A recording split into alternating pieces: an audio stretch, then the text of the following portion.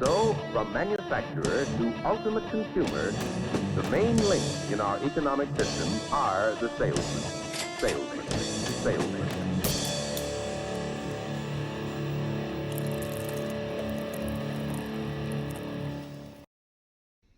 Hey everybody, I'm Clint. Welcome to another episode of the Salesman's Guide to Beer and Business. Today I have one of my best friends. His name is Seath Gatlin, and he is the finance manager for Red River Dodge of Heber Springs, Arkansas, the #1 Chrysler Dodge Jeep Ram dealer in the nation.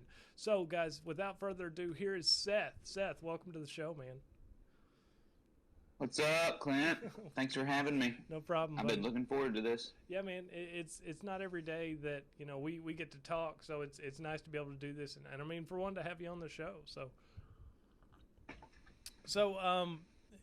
how is life at Red River Dodge these days?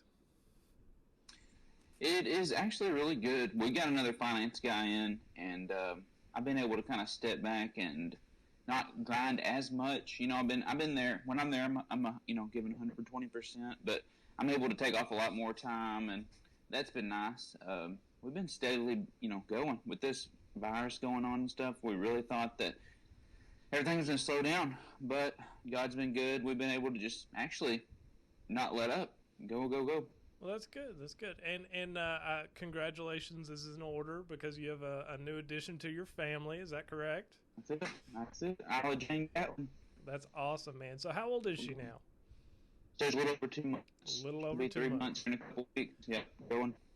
That's awesome, man. I mean, congratulations on that. You're living the dream, man. That's what it's all about. So I do want to introduce the beer we're drinking, or at least I should say I'm drinking today.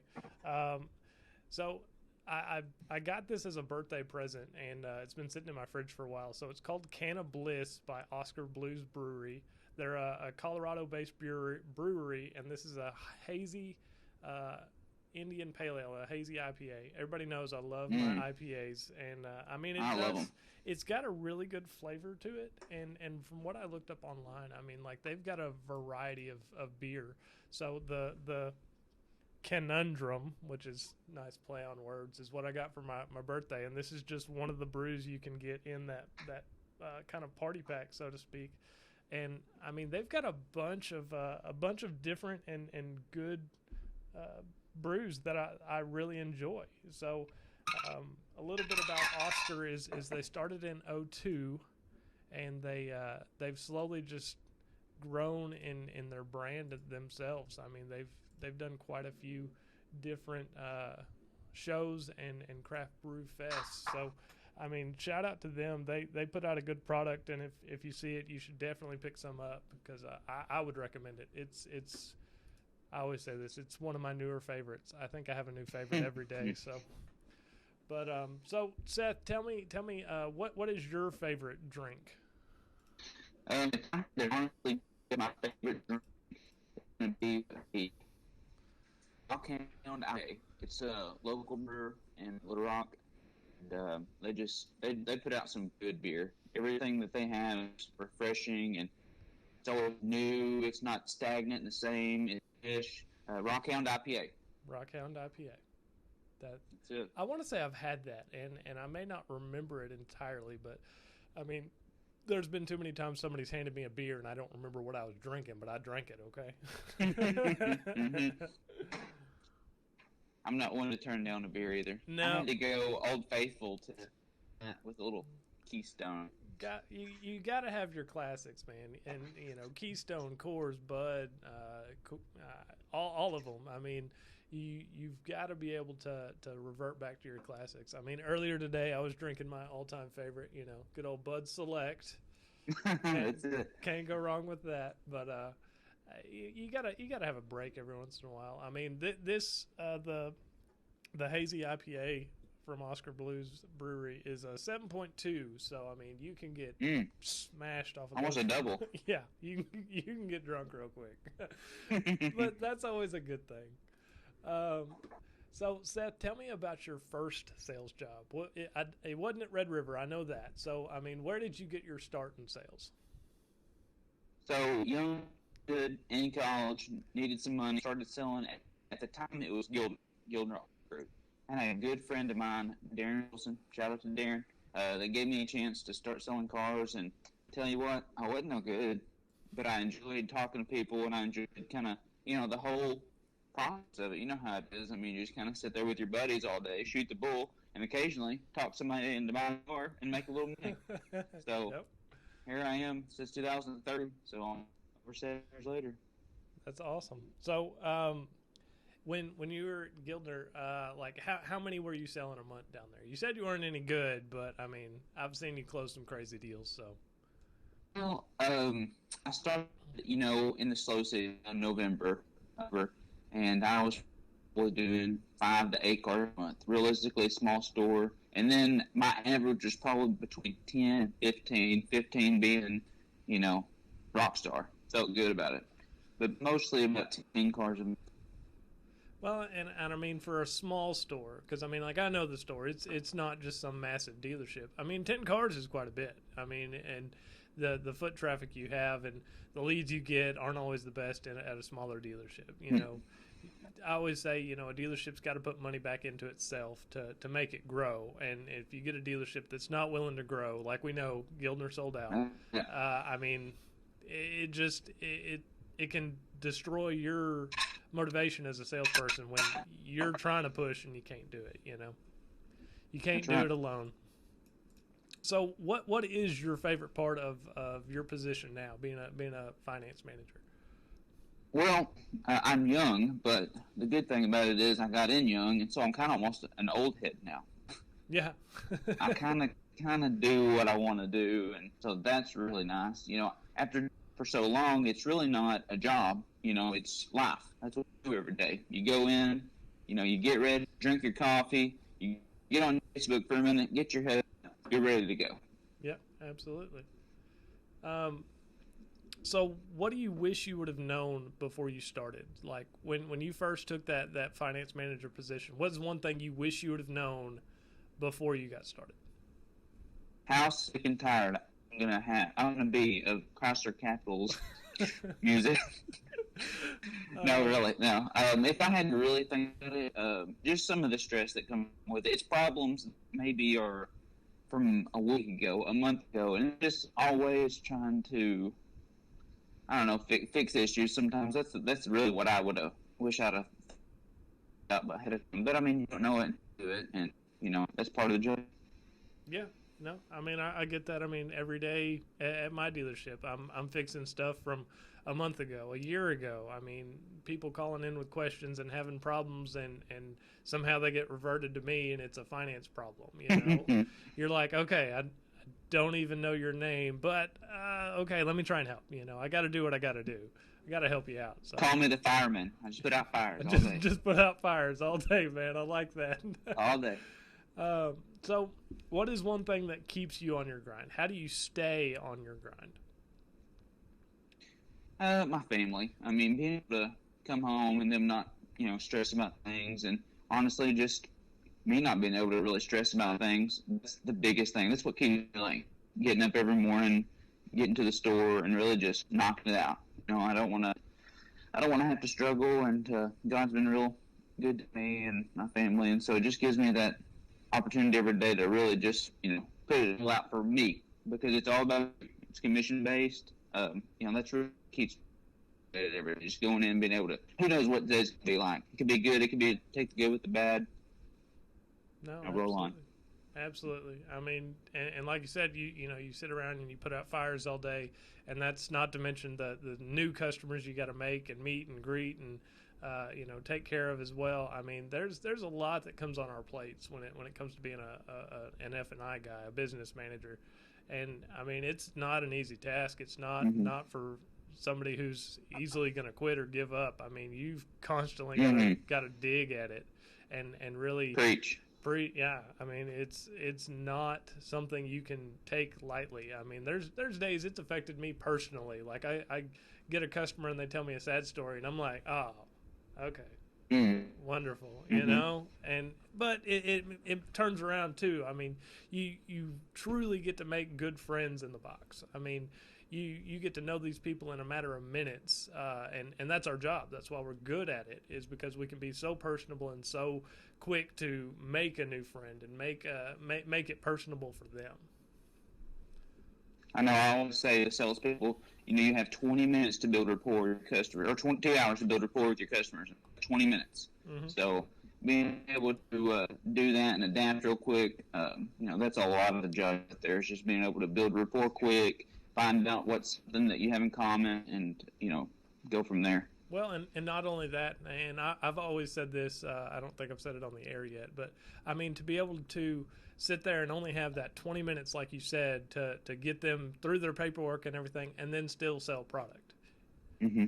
They took 2 hours and sold the vehicle, or sold the camper, or sold the motorcycle, sold the boat, whatever, and then we turn around and have to sell air to customers in minutes. That's right. It's not That's easy, right. but I mean, we wouldn't do it if it wasn't profitable. So I've always had a deeper respect for finance guys, especially after being in the position, because I totally get it. You have minutes to sell air. It's a different view. I mean, and I try and tell them, I use spill all the time in the box. Hey, luckily, I'm not here to sell you. I'm here to financially advise you. Mm-hmm. And so this is my job to make sure that you make the best, decisions when it comes to purchasing whatever you're trying to purchase. Exactly. And I mean, that's 100% true. They don't call us finance guys for nothing. We have to submit their applications over, but it's really the bank who chooses, what rate, what term, and how much money they'll actually lend them. So we're just advising them, saying, hey, this is the best rate I've got for you. I've got worse if you want those. I've never had anybody take a worse rate. So, not yet. We advise them, okay, this is the best rate I've got for you guys. And these are the terms and options you have available to you. I recommend these. I do have others that you could possibly look into if you'd like those as well. I mean, there's so many different options that you can take, and different products and different plans. So, I mean, us being finance guys, we've got to be able to know all that and know all the bank terms and know all the loan stuff, and it can get to you real quick. I mean, for sure. Quick. I feel like 80% of the customers that come in don't really know what term, what rate, and really what payment they're going to be in. And I think that's our job to kind of help them along and educate them on where they actually are and where they're going to be. No, absolutely. And I mean, that's one of the things I do love about my job is, somebody comes in and they're like, I just want a vehicle, or I just want a camper. And I go, okay, what kind of monthly budget have you set aside for that toy, for that vehicle, for your new adventure? What is it that you feel comfortable with? And I'll make that happen. You know what my favorite question is? What's that? When they look at me and say, well, which one of these would you do? Oh yeah, no, absolutely. And oh man, I don't know how many times I've had a finance guy come into the box and go, no, I know your tricks, I know your game. Like, yeah, exactly. The problems you can have, and the cost and the money side of not having a protection plan, and you're not going to buy one. It's kind of hypocritical, don't you think? It just makes sense, doesn't it? Right? I mean, I do. I keep a service contract on my vehicle. I bought a camper recently. Did you? I did, and I opted out of the service contract. I felt a little dirty not taking one. Hypocrite. I was my own finance guy, so it's not like I was turning somebody down or hurting their paycheck. It was, for what it cost, it would have been like 1/5 of what I paid for the camper. It didn't make sense. I mean, there's certain situations that we all know, it just doesn't make sense. Yeah. And I mean, I bought a very small, very cheap camper. Doesn't have any warranty on it currently, which is a problem, but at the same time, it doesn't have anything in it either. It is basically a bed on wheels with a fan on it. Like, there's not a whole lot of tech there. I didn't feel that bad, but I was still like, I feel hypocritical not taking one out, I couldn't do it. I ended up biting the bullet, Clint. Did you know I bought a new truck? I told myself I'd never buy a new truck just because being in the business, you want to buy used because you can buy them a certain price. I ended up biting the bullet. I did it. So what'd you get? Let's hear about your new truck. I bought the all-new 2020 Ram Laramie, 392 gears, Pano, 12-inch screen. It's the blue, the new Patriot blue. Oh, wow. I've had white and red. You know, I've always been neutral with my colors. I never wanted to branch out. And during this pandemic that they said was going on, they were ready to lose a little bit of money. And I knew Joey was going to be hearing this. I knew Joey would want to sell a car, you know, with it being kind of slow. So, I ended up still in the thing, I felt like. And, yeah, I'm in a new Ram 2020. I feel like it's the best half-ton truck on the road. No, I agree. I mean, you know me, I love my Ram trucks, and I mean, heck, there's one right behind me. You can't see it, but there is one right behind me. I'm a die-hard Ram fan. I'm a die-hard Chrysler product in general guy. And I miss being on the sales floor of a Chrysler dealership. I mean, that was my go-to. I could sell the fire out of that stuff. And I mean, good. It all boils down to your product knowledge, and that's what helped me be a better salesman, was knowing your product, knowing what it is and every aspect of it, and all the details that come with the different trim levels, and it alone makes. I feel like it makes you a better salesperson when you can answer questions and not go, I don't know, but do you like it? No, you gotta sell it, man. You gotta know your product. I had somebody tell me one time, they're like, the best salesman doesn't know the product and can still sell it. I'm like, yeah, but is that really a good salesman? I don't agree with that, because I feel like if I have questions down the road and I get the shady button, or I get the, I don't know, I'll call you back later. It's not a good salesman, you know. Bad customer service. Bad customer service, and that was going to bring up my next point. You've got to have good customer service, even in our position. How many times have you talked to a customer from a month ago, 3 months ago, a year ago, and they have issues? They have questions. They need something answered. Often. Oh, yeah. Every other day. Yeah, I was going to say about every other day. You'll talk to somebody, and they've got a problem. They've got an issue. They got a question. And you've, like I said, plain fireman, got to put out the fires, you know. You got to make sure they're still comfortable with what they purchased.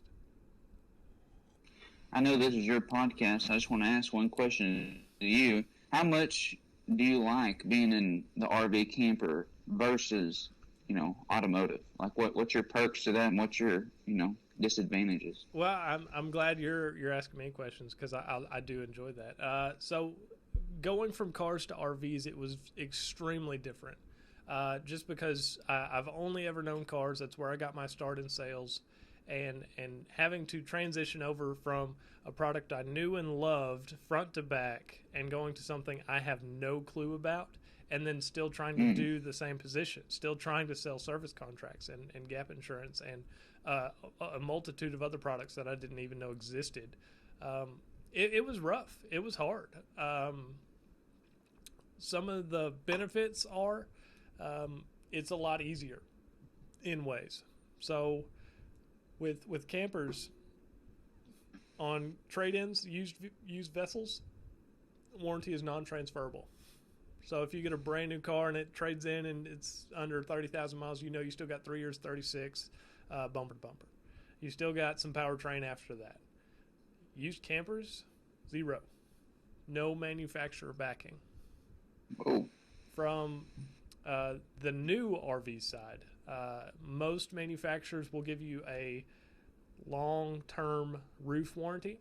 They'll give you a 3-year or more structural warranty, and then they give you 1 year of mechanics and electronics, excluding appliances. So it's a lot different, and having the ability to break the manufacturer's warranty down to them and saying, look, they're only covering this, this, and this, and this, and this, and they're not covering all of the other major components. And what they do cover is only for a year. It gives me the opportunity to really show the value of that service contract, to say, look, you got 1 year.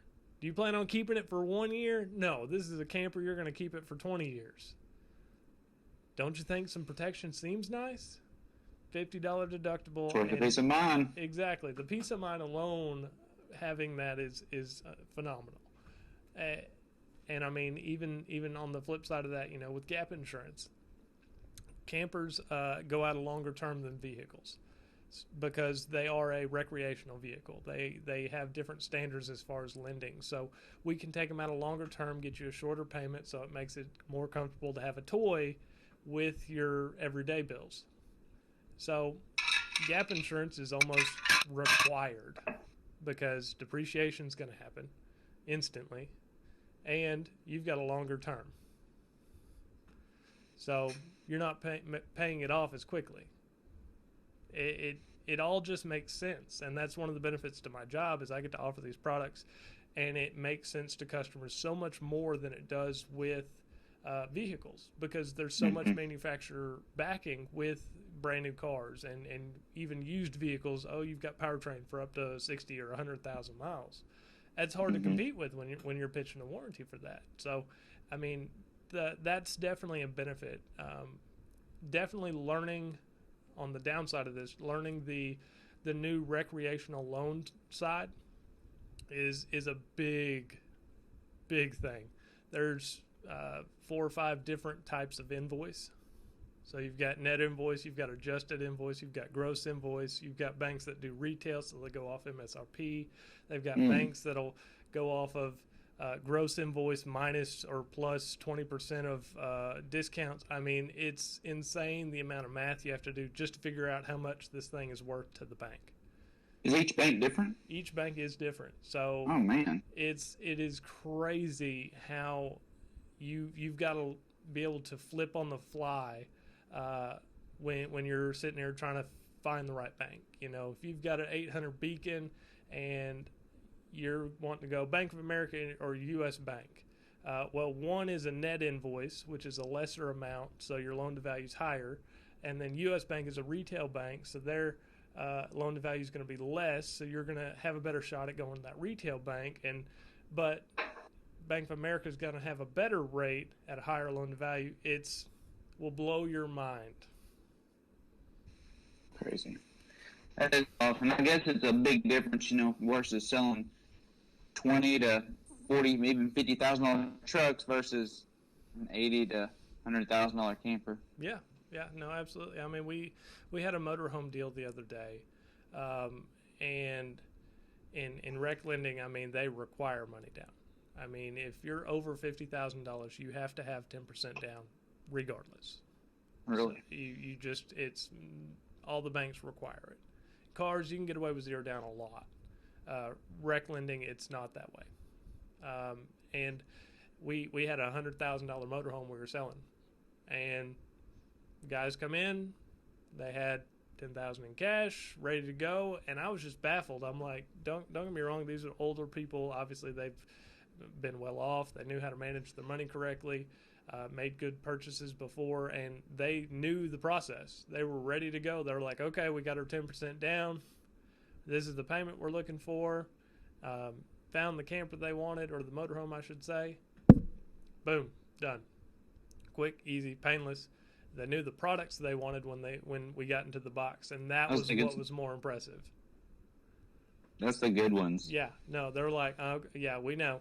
1 year, that's all we get. So we want the service contract. We want the gap insurance because we wanted the smaller payment this time, because we wanted the longer term. And you know, the paint protection because this is now a motorhome and it's going to be busting bugs all day, every day. Yeah, we're going to take that. And tire and wheel protection because I don't know. In all honesty, tire and wheel protection in the RV industry is a huge selling point because tires are expensive on motorhomes, as well as when you travel down the road and you see a camper on the side of the road, what's the number one thing it's stopped for? Blown tire. Blown tire. Every time. It's popped a tire on the side of the road. And that could be $400 or $500 for a set of tires for a camper. The wheels, they're not as expensive, but they're still expensive. You're looking $300-$400 for a set of those. I mean, it justifies itself in a heartbeat with one question. When was the last time you saw a camper on the side of the road? What was it there for? Blown tire. Case in point, it's going to happen. So, I mean, done. It's a cakewalk when it comes to finance in the box as well, but I mean it's got its own set of problems. I mean, it's a crazy world of being a finance guy in the RV business. I can say that. Cars was so much easier, and I wish for a day we could trade jobs. And just to try it out. Just right? Try it out. Just switch for a minute. For a day. I mean, like I said, it's a different animal, but I enjoy it, so I'm not complaining. When's the last time you had a podcast go? How long's it been? So obviously because of the coronavirus and everything that happened, shut down my studio for a little bit. My last episode, I think I did mid-April. And I actually did that with a somewhat fellow employee. I did it with your BDM in Malvern, Alexis. And that was my last episode. So following up with the Red River family, got to love them and keep them going strong. But it's been a minute, and I'm really glad to get back in it. I'm glad to be back on the air. We've definitely made some adjustments here in the studio. I mean, I've got more cameras. I've got better lights, better equipment. I mean, we're ready to do this thing. So I'm not gonna let this thing shut me down again.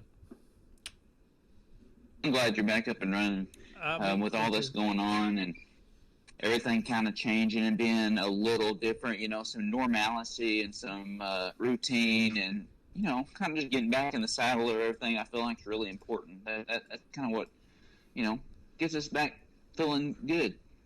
Exactly. A little bit of normalcy. Well, and I mean, even for myself, because I mean, like the virus didn't stop me from,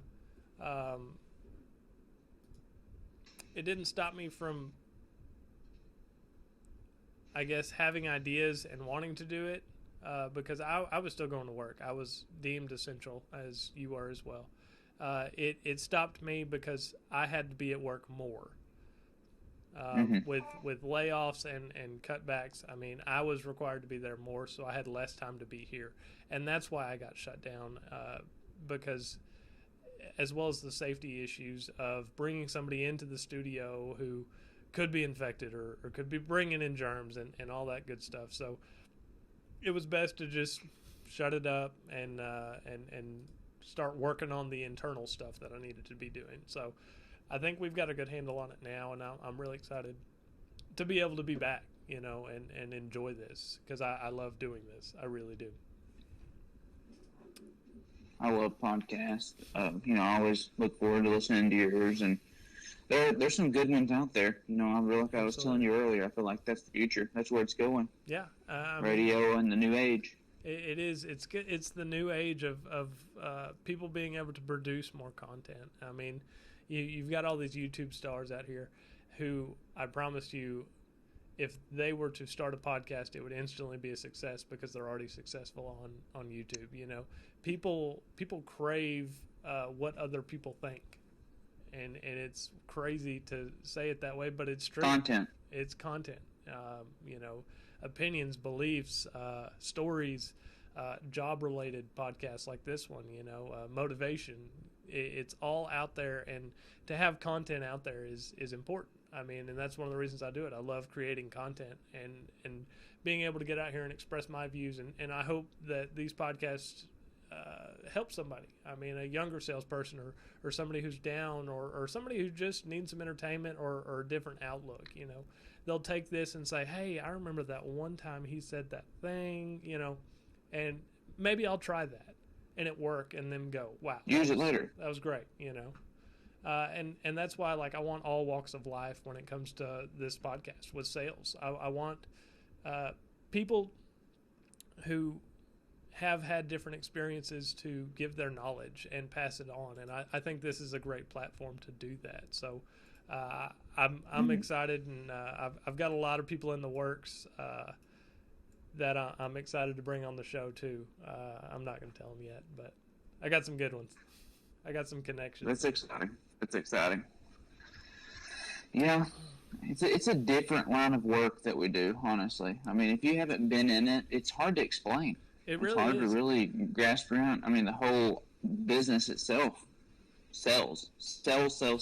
It is a different animal if you've never been in it for a long period of time. There's several people that they get in it, but 2 or 3 years in, that's when you really start having to dig down deep and be like, okay, is this what I'm gonna do? Is this where I'm gonna be? Absolutely. And if you can make it, it can be a good job, that can support your family, and you can meet a bunch of people. My social network since I've been in the car business has just quadrupled, tripled, whatever. I mean, it's gotten massive, and that just opens up doors later in the future, for any other kind of job, as far as sales or whatever it may be. I'm sure you've met a bunch of people, being in the box, being in sales.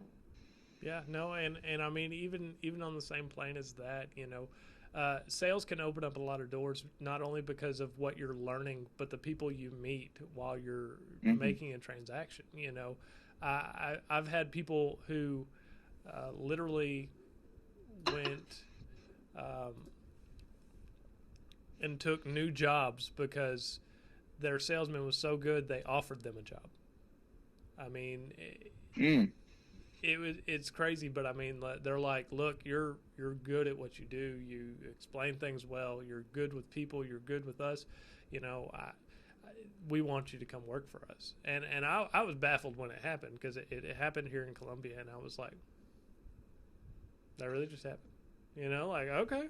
I mean, more power to you. It's more money. It's a better job. I get it, But it was cool. I was like, that's respect. That says he did a good job. He's doing a good thing. So, I mean, more power to him. That's awesome. So this is kind of just random, but we was going back to the meeting different walks of life, the amount of different stories, and the amount of different knowledge you get from all these people, interactions that you come and encounter with. You end up learning or seeing things. This is kind of a quick story that happened the other day that just made me think about meeting all these different people. There's a guy at work that I'm real close with, and his father was diagnosed with cancer, bone cancer. It's deep. It's gotten really gnarly. And a random customer I had, me not bringing it up, middle of the deal, actually going over the contract, he starts telling me this long spiel about how he had leukemia, and he had a certain amount of time to live. He had sold everything he had. He was going to pay his kids' house off and buy them a new car. And, in conversation, I'm just kind of listening, I mean, a lot of times, you just get some kooky people that you just end up listening to because that's part of it. But he really struck home with me. He just really started talking about his faith, and, I'm a faith-based guy, and I just started really honing in on what he had to say. And he said, with cancer, you really thought that the time, for you is over. And I met this guy, and he was telling me about this machine that he ran into called a rife machine. Don't know a whole lot about it. I looked it up. Basically, it sends these sound waves into wherever you're at, like you go and have a session, and it kills cancer cells.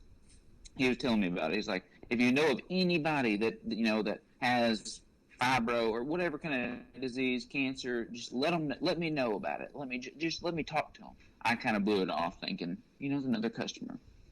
Well, that next week is when we found out that my friend's father-in-law had cancer. Yeah. And I was like, there was somebody talking to me about cancer. Oh wait, it's that guy. He actually reached out to me again and brought up the whole cancer thing again, and that's what made me think, whoa, this is like, I wonder if God's doing something here. I wonder if this is my opportunity to go to my friend and say, hey, I don't know if this is worth a shot, or if it is, I mean, maybe not. I mean, you're kind of running out of options, but this guy wants you to talk to him. And he called me the day before yesterday and said they met up, they talked, and they're actually starting treatment. So whether this works or not, it's kind of, just a thing. Running into these people, you never know what you never gonna meet. You never know what they're gonna say, and sometimes, it hits home to you, and it really can make an impact. No, and I mean I agree with that 100%. I mean, I do believe that God works in mysterious ways and puts people in our life that we need to meet or need to hear something they say, and even as big as this is possibly save somebody's life or at least get them help or let them live longer, you know, with that treatment. And I hope I hope he gets better. I'm trying to think of the correct way to say that. Goes into recovery, I guess. And I hope this treatment works. I mean, I do, just because, I mean, you're my friend, he's your friend. We all got to take care of each other. But, I mean, even crazy stories like that in the box baffle me. We had this one customer, it was while I was still in cars, and we worked the deal, we got through the whole process, and we started just talking while we're doing paperwork. Just talking. I mean, I'd talked to him a couple times while he was there picking out a truck, and you know, I'd seen him, didn't know him from Adam, no big deals, another customer. We figured out we were related, and I was like, wait, what? Like, we're kin, like we're family, bro. Like wow, like. So my great grandmother on my mother's side was his. It was like his stepfather's mother-in-law or something like that. And like we put together like our family tree, because like I told him, I said, you know, I've got family in Benton, Arkansas, and he was like, really? So do I. And I was like, oh, okay, well, do you know so and so or so and so? And he was like, yeah, that's like my great grandma or my great mother-in-law or something like that. And I was like, whoa, we're family, bro. Like, it was crazy. Bring it in. Yeah, like, all right, we're gonna hug this out. But you're gonna buy that, right? You're gonna buy that personal tray. Yeah. So go ahead and tell me which one you want. But I mean, so many times that I love the way things happen in the box that make you connect with somebody so quickly and so easily, that makes our job so much easier. But I mean, just that experience we have, I mean, I feel like there's finance managers out there that could write a book on just customer experiences and their short stories. I mean, it's insane. Can you imagine them finance people that been spending paper for 30 years? The kind of knowledge and the kind of like people they've met over that long of time. Oh yeah. Whoa. And not only that, I mean, like the B-backs and the repeat customers who have constantly been in there, and the numerous amount of stories they've told over the years. And I mean, I think about that constantly. And one of the things that I just thought of when you're asking me about benefits to the RV business versus cars is because with RVs, people are buying something to enjoy. With cars, you know, it can be for work or for just regular transport, or, oh, well, I just want an upgrade, so let's go with the bigger SUV this time. Whatever the case may be. With campers, they're looking for an adventure. And I do enjoy that so much better, you know. These people are coming in with a passion of going out in the great outdoors and enjoying themselves, or being with family, or they've got a specific purpose in mind, but it's for enjoyment. I've never had anybody come in and go, yeah, dang it, I've got to buy a new camper, you know. I'm like, yeah, dang, man, to hate it for you.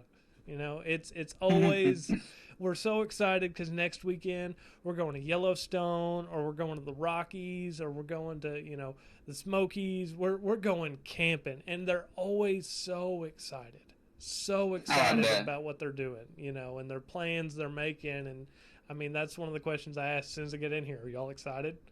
And 95% of the time they're like, heck yeah, we are. You know where we're going? We're going over here, you know. I'm sure they have a plan book when they come to buy.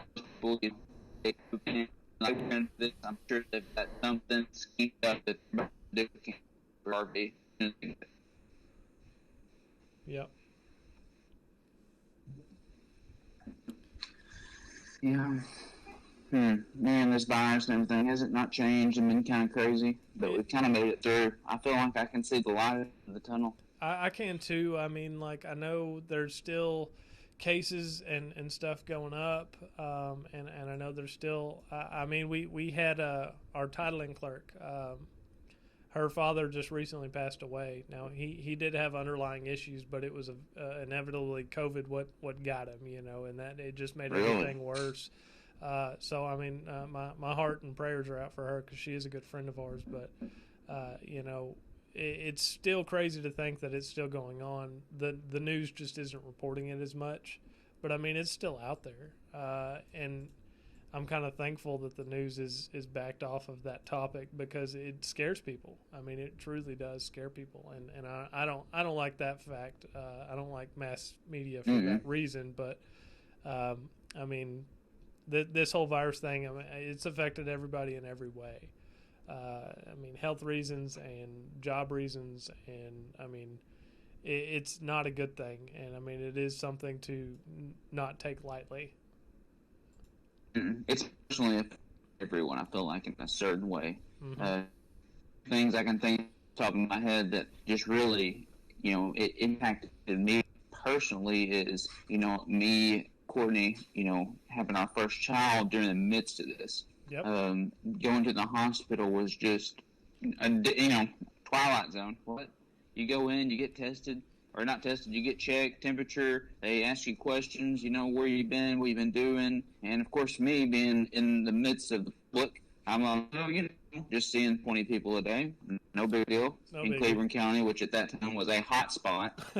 And anyway, so going there, no family, they wouldn't really take them to the nursery like they normally would, so that was a big experience. And then I really feel like I was just needed a wake-up call. I feel like I got closer to God during all this. I feel like we needed to slow down. I feel like everybody had kind of gotten hyped up in their everyday routine, and that it was time to say, hey, whoa, remember me, remember what's actually going on, slow down, kind of get close to your family, and remember what's important in life. And so I think out of all the bad stuff that's come out of COVID, that has been some good things. And, we all got to be thankful for that, and all got to, give praise for that. No, absolutely. I mean, one thing that happened when COVID hit and everybody was in quarantine and lockdown, me and my family started a weekly board game night via Skype or Zoom. I can't. Sometimes it was FaceTime. I mean, we used different platforms depending on how we did it. But I mean, we got a way to connect, and it's 6-7 hours to my nearest relative, so it's hard for me to see them anyways, and to be on a weekly basis knowing, okay, it's Thursday, we're playing Trivial Pursuit tonight. It was nice. It was fun to be able to connect with them, even though I couldn't see them on the regular basis. That was just one good thing that came from the virus, like you were saying. It gave people that respect to connect with people. So I enjoyed that. I mean, and I'm looking forward for our next game night. I bet that sounds fun. Mm-hmm. Well, let me ask you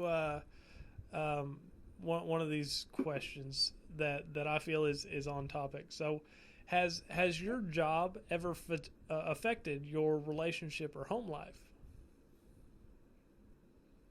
Yeah. Oh, yeah. I mean, I'm sure there's those days that you come home or you leave work, and on your drive home you question, is it worth it? Is it worth this headache? And is it worth just the turmoil it sometimes puts in your spirit and in your heart about just the job? And you get home and you try not to take it out on your family, but you get home and you kind of slam the door and you throw your keys down and you're just like, man, am I in the right spot? Am I doing what I need to do? And then you take a shower and you sit down and you see that, the house is clean and the bills are paid, and you kind of can sit back and think, okay, I need to calm down. That was just one of those, one of those days. Just got to chill out, drink your beer. Yep. I mean, I've been there myself numerous times. I mean, especially here lately with everything going on. I mean, we've been super busy and short-staffed. So, I mean, it's hard when you wake up in the morning and have to drag yourself out of bed, put your clothes on, and go, I have to go. I have to go because it is important for our future, for my family, for our financial means. Like, it is important that I get out of bed and go to work. And it's hard. There are days I know it's like, okay, we've got 20 deliveries today, and I've got to, do all these extra things. And gosh, I hope my phone doesn't ring with somebody having a major problem because I don't have time to deal with it. But you still got to deal with it. You still got to get up, put your pants on, comb your hair, and go give it your all. I mean, you have to, because that's the job you signed up for. And even like us in our position, when you don't feel your best, when your anxiety's high, when you've got a million other things on your mind, going in there, you've got to clear your mind and be able to sit down with those customers, present good facts, as well as you've got to be able to make sure their financial terms are in line so that the bank doesn't mess them up later. You've got to do a lot of things, and you've got to have a clear mind to do that. Yeah, I mean, you just kind of it's really hard every day. Even if you're like half asleep when you get there, you got to drink some coffee and get your mind cleared and be ready. I mean, it's not a job that you can come in and just, oh, I'm tired, I think I'm just gonna kind of take it easy today. No, it's not your choice, bud. I mean, how busy we are, that's how busy you're gonna be. Exactly. And I mean, there's been so many of those days when I'm just like, I can't do this, and I'll like, I've said this before in another episode, take 2 minutes and go walk around, go walk the lot, go smoke a cigarette, whatever your quick fix is, whatever, just get that relief, because you've got to come back and do it. You've got to come back and either close the deal or sign somebody out or do something. You've got to do your job. You can't half-ass it. You've got to, keep pushing forward. You've got to keep grinding, because that's your paycheck. That's your financial means. That's what's going to make it so much easier later on down the road. So you might as well just buck up and do it now, That's right. That's right. It's not always easy. I mean, there's those times you're just like, oh, okay, I gotta do this. I got this. So what links would you go to for a sale? We live? No, I'm joking. No. I'll shut you off there. No, we don't. Literally. I mean, whatever I gotta do. Let me ask you this way. What's your craziest sales story? Everybody's got a crazy sales story, whether it's a crazy customer, crazy situation. What's your craziest selling story? I had these customers that were little cooked out a little bit. We're Heber Springs people. No, I'm joking. Now, and they had just sold their great father-in-law's mother's sister's land and wanted to buy a car. They had cash. And it was just one of those moments, I mean, they were, I don't know, they just wasn't all there. And they found that they want. We ended up doing the deal. We'll let them go. Something happened. They couldn't prove some step that they needed to prove, even with their down payment. Came back. We swapped them to another car. It got done. They had traded something in, and this is like their second unit. And at this point, it's a month into funding, and they quit their employer and sold their trade. And it's one of those moments. Okay, crap. What are we gonna do? We ended up having to get them back in, almost do a tote note type deal. Ended up still keeping my back end and stuff, even though it was kind of a house finance deal. And it was one of those 3 monthers. You ever have those 3 monthers and you're like, is it worth this flat that I'm getting for my reserve, or this nothing that I made on my service contracts? And you're like, you know what? That's just part of it, though. I worked too hard just to give up now. Yeah. And honestly, that was almost a 3 month deal, back and forth, different car. trades, sold. Whenever I see that any bags funded, I can walk away. You're like, oh yes, we're done. Praise God. Well, and I mean, what you just explained is definitely what I call the need to close, the desire to go. No, we already closed that. I've done that. Now I just have to finish my job, and we're going to continue to keep this closed. We're not going to open it back up. We're not going to give them options if we don't have to. And you want to keep those customers sold. You have to, because it wears on you when I know it wears on me when I can't close something. Oh, I get so mad. I get so frustrated. And about it outside of work. Huh? You think about it outside of work. Yeah, no, absolutely. I mean, it'll wear on you. It'll wear on you for a long time. And not being able to keep it closed, get it funded, anything like that, it will wear on you so hard. So, like, I get you. I've been there. I've had deals that took 2 or 3 months to fund, or, those deals with the lender's saying, hey, if you'll collect first down payment, we'll fund it right now, and you go, fine. Okay, here we go. All right, just fund it. Just we'll eat it. Just come on. Well, we actually get an expiration fee and this other kind of fee, whatever. Okay, just fine. Sign on it. Just fund it. What's your name? Ryan Hicks. Okay, that's fine. All right. So, what is your go-to close? And we're talking in the box. What is your go-to? They've already told you no 5 times. They don't want any product. They don't want any back end. What's your go-to to reel them back in and close the deal? They've done told me no, and I know I've got some. And my go-to close is when I have a little bit of give, and even though I might not make a whole lot of profit, is the whole spiel of wherever they live. I'll look up real quick. So-and-so, Arkansas. I tell you what, if I can earn some business from so-and-so, Arkansas, somebody that'll buy from me, as far as that we're in the middle of nowhere up here. I'm sure you almost got lost driving up here to find us. We depend on referrals and repeat customers. So, with you living where you live, if I can earn some business from around that area, I'll be a little bit of help right here. I give you an extra 20,000 miles worth of coverage, and I'll throw in a whole package. Can you make that work for you today? Okay. All right, works. There you go. That's a good one. I like that. I like that a lot. But because you're still holding your ground, but and you got to give a little. Everybody's got to give a little just to close a deal. I mean, anytime first pencil's thrown out, you got to give a little. You got to give a little when you wrote the first pencil. So it's no different in the box.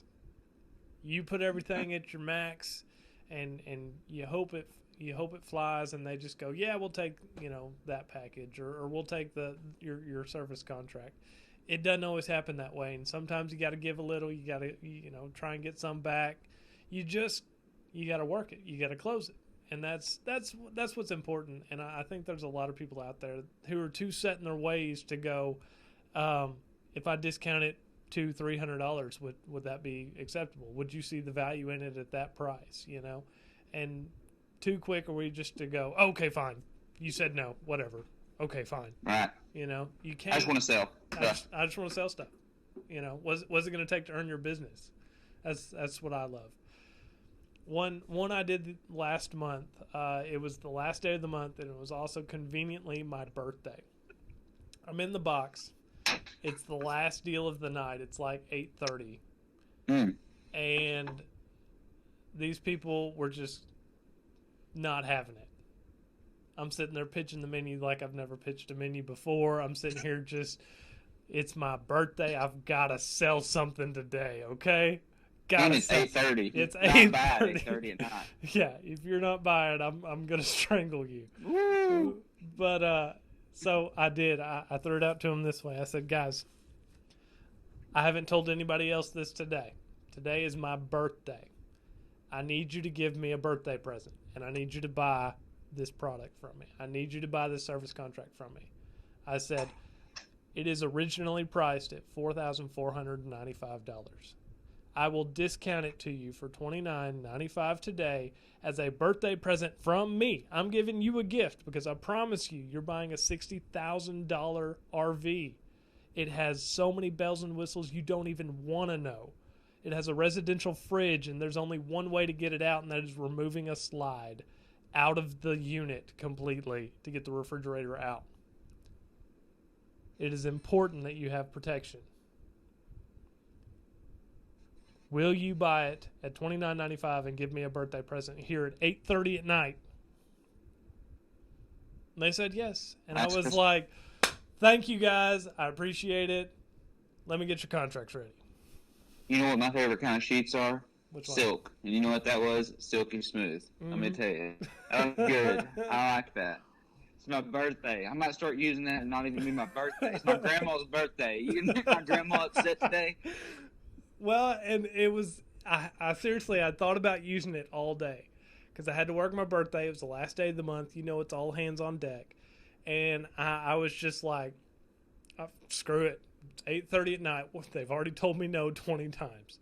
Discount some product. Let's go. And it worked, and I was so stoked because I went in there and like I told the sales manager and the GM who were sitting beside me, and they were just like, "You told them what?"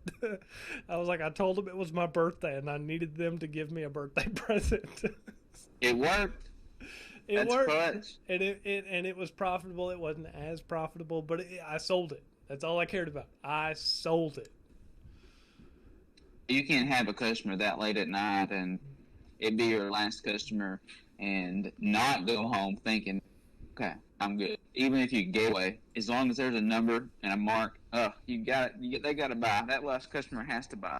I'll tell you what, for everybody listening, those last customers, those people that show up at 8 o'clock with not knowing what they want to buy, no credit info over the phone, let me tell you, that's not the time to buy. That's not the time to buy. Let me tell you, that is not the time to buy. I had an 8-cent lunch, and it's 8:30 at night. It's probably a bad time to buy. Yeah. I want you to buy. It's a bad time to buy. Yeah.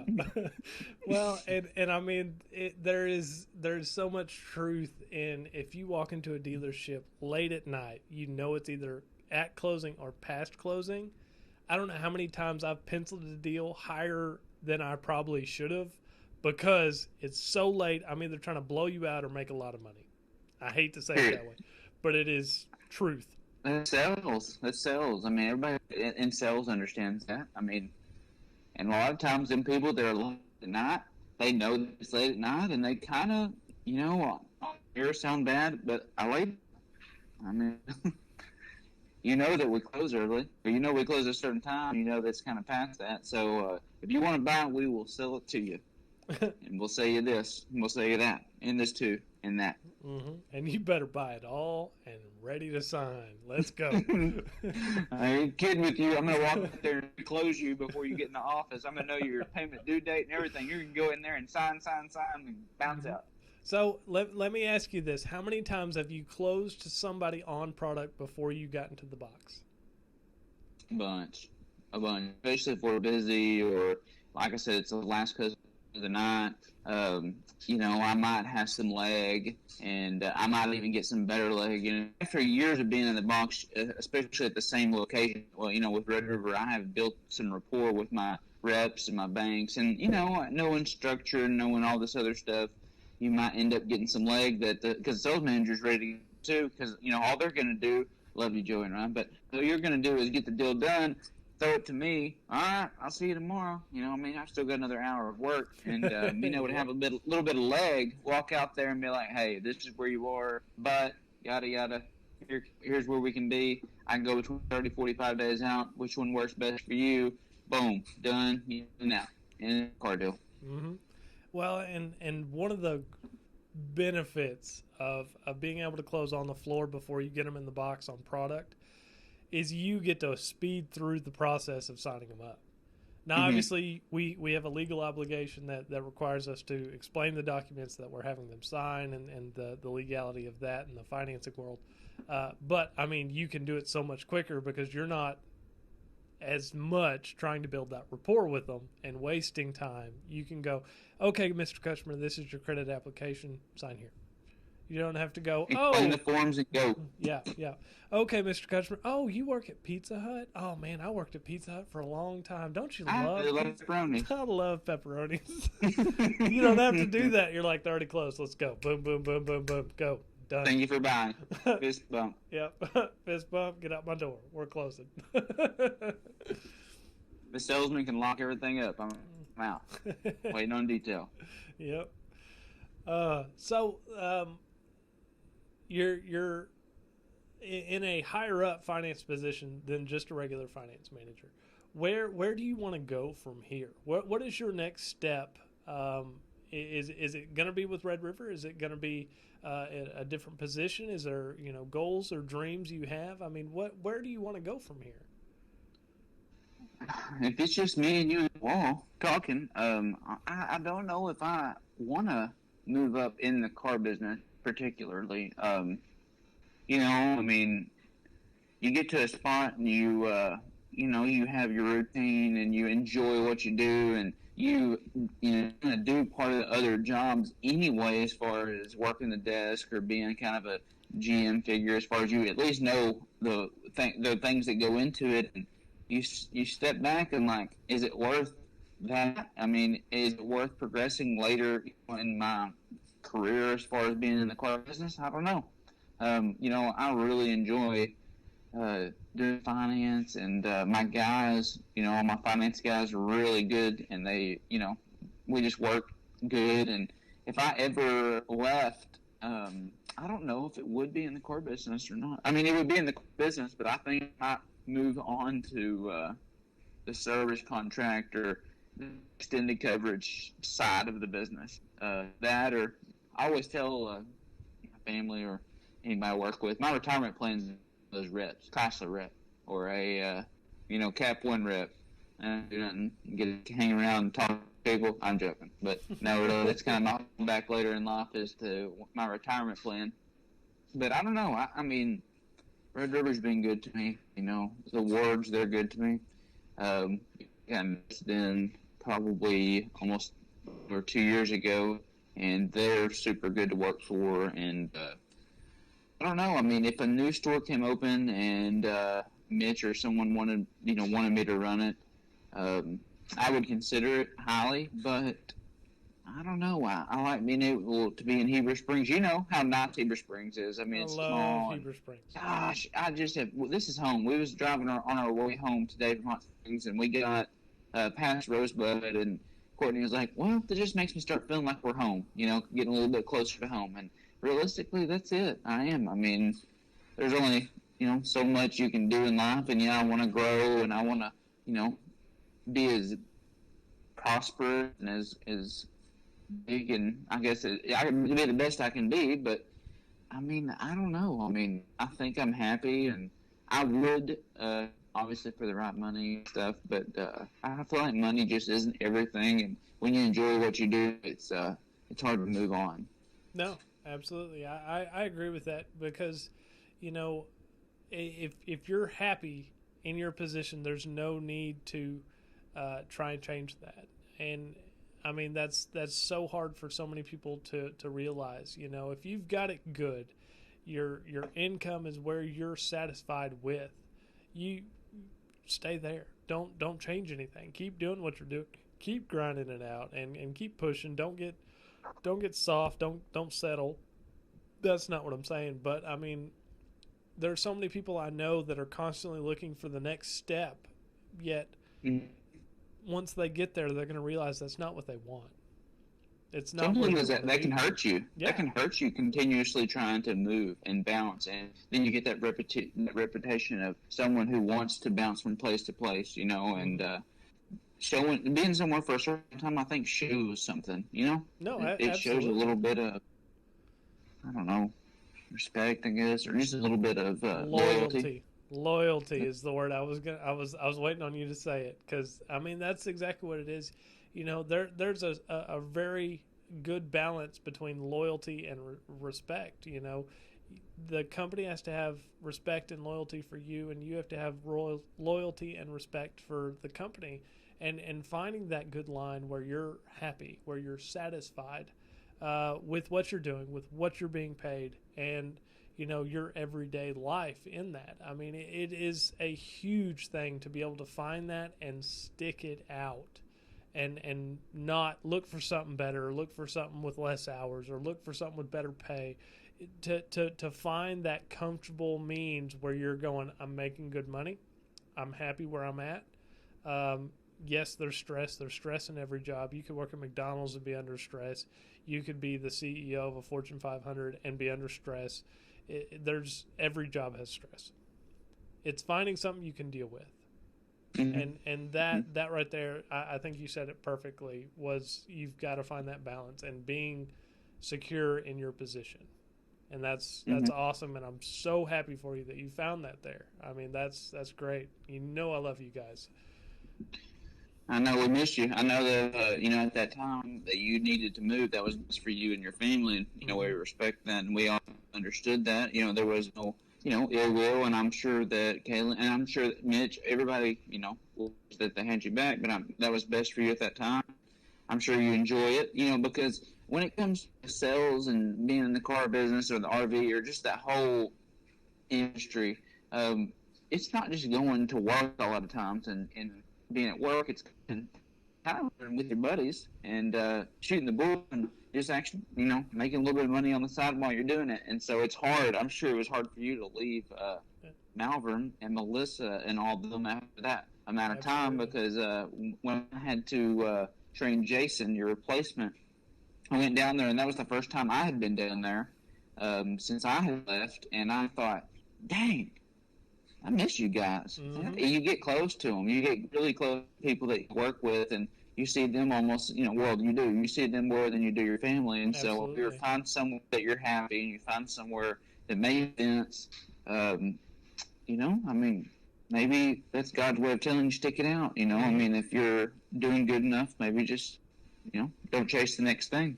Exactly. And I mean, like you said it, and it was very, very hard for me to leave and make that decision. But I mean, it was one of those that me and Jess, we prayed about it, and we talked about it, and we came up here, we interviewed for the job, and they basically told me when I got here, they're like, you have the job. You just have to tell us you want it, and we want you to start immediately. And I was like, okay, well, we've still got to think about it. We've got to, do our due diligence. And I mean, we did. We ultimately ruled it down and felt like, this is where we were supposed to be. And this is, I feel like, and because we're close and we share the same views as far as faith, God was telling me that there is something I'm supposed to do here, or something I'm supposed to learn here.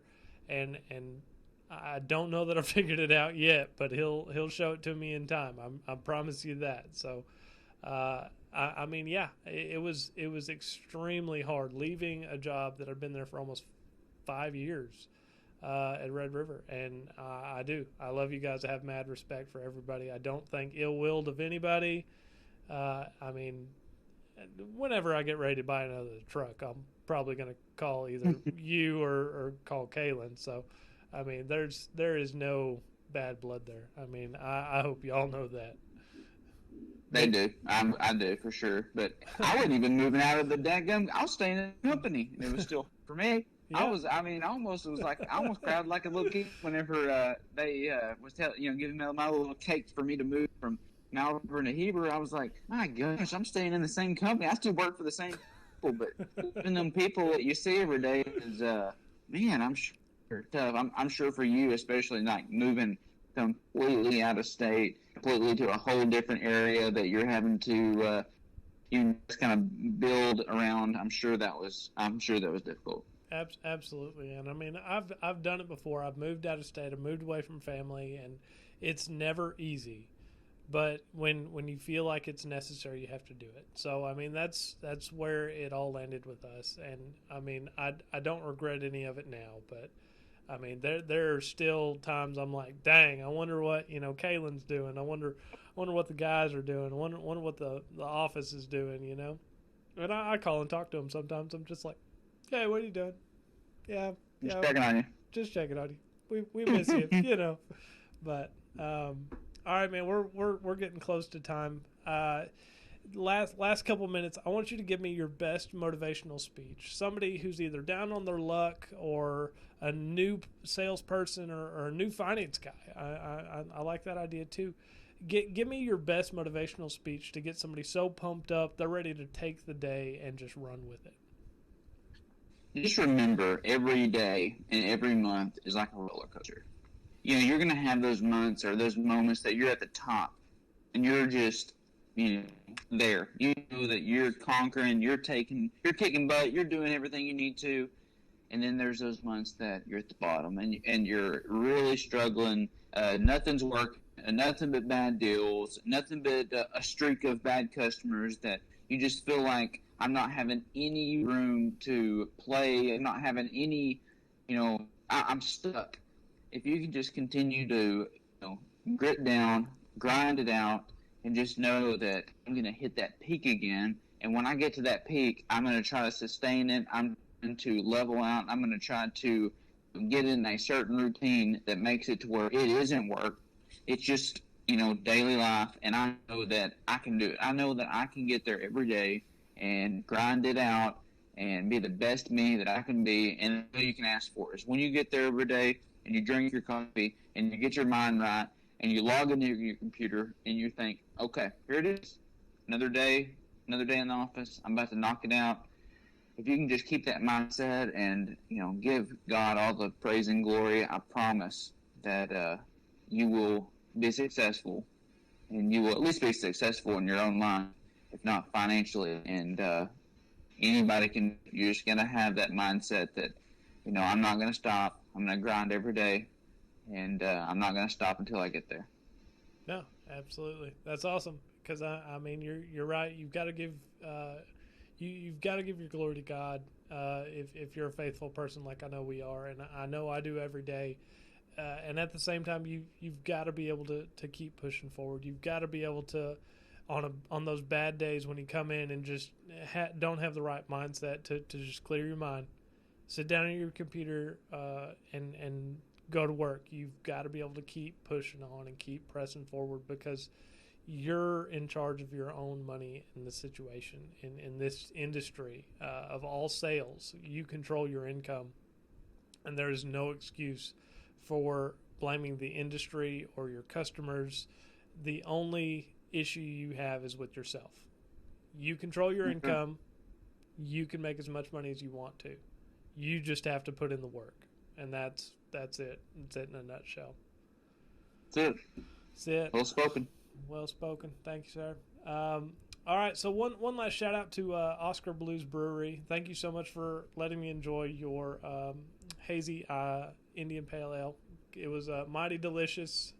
I'm going to keep drinking on it. Guys, thank you so much, Seth, for being on the show. I appreciate it. I love talking with you. And just thank you to all of our listeners and followers for staying in and tuning in with us through all of the craziness and all of everything that's going on. Y'all stay safe, drink responsible, and we'll talk to you next time. Helping the customer buy, helping him to know the product, helping him see sales features that he in turn can use to sell them. That's part of selling. How well could you do it?